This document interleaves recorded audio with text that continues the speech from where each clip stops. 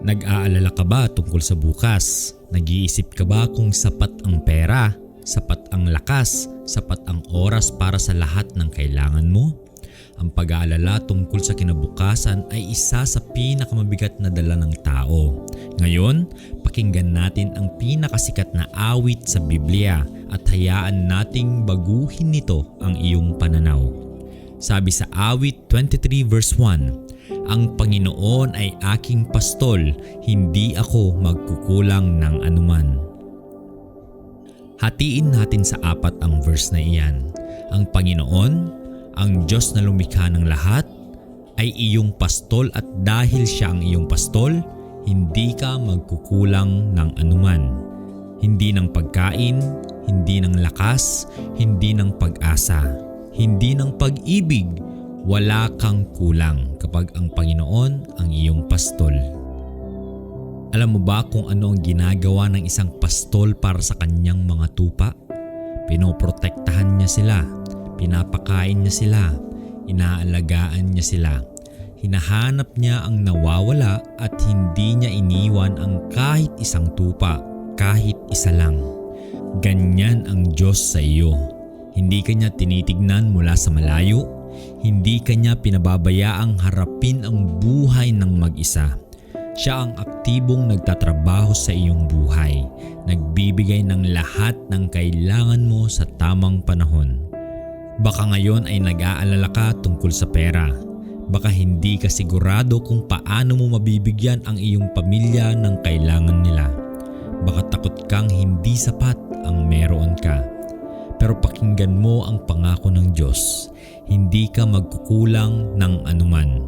Hindi sinabi ng Diyos na baka sapat. Hindi rin sinabi ng Diyos na tignan natin kung may bibigay ako. Ang sinabi niya, hindi ka magkukulang. Iyon ay isang pangako at ang Diyos ay hindi kailanman nagsinungaling sa kanyang mga pangako.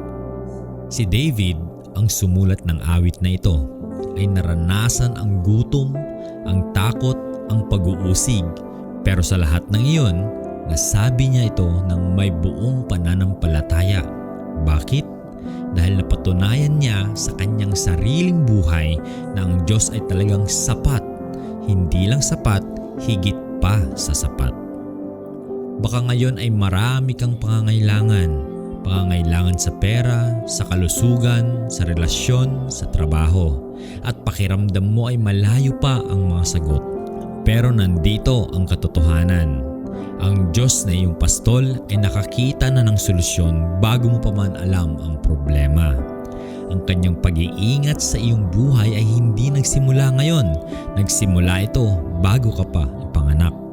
Magtiwala ka sa iyong pastol, ibigay mo sa kanya ang iyong mga alalahanin ngayon at panoorin mo kung paano niya aayusin ang lahat ng kailangan mo sa kanyang paraan, sa kanyang panahon. Manalangin tayo. Panginoon, salamat po sapagkat ikaw ang aming pastol. Salamat na hindi mo kami pinabayaan kahit kailan. Ngayon, iniaalay namin sa iyo lahat ng aming mga alalahanin at pangangailangan. Nagtitiwala kami na hindi kami magkukulang ng anuman, sapagkat ikaw ang aming Diyos. Pangalagaan mo kami katulad ng isang mabuting pastol sa kanyang mga tupa. Sa pangalan ni Jesus, Amen. Tandaan, ang Panginoon ay iyong pastol at dahil nandyan siya, hindi ka magkukulang ng anuman. I-share mo ang video na ito sa isang taong nangangailangan ngayon. Mag-subscribe sa Voice of Hope, bagong Bible Meditation tuwing Lunes, Miyerkules at Biyernes. Hanggang sa muli, mahal kayo ng Diyos.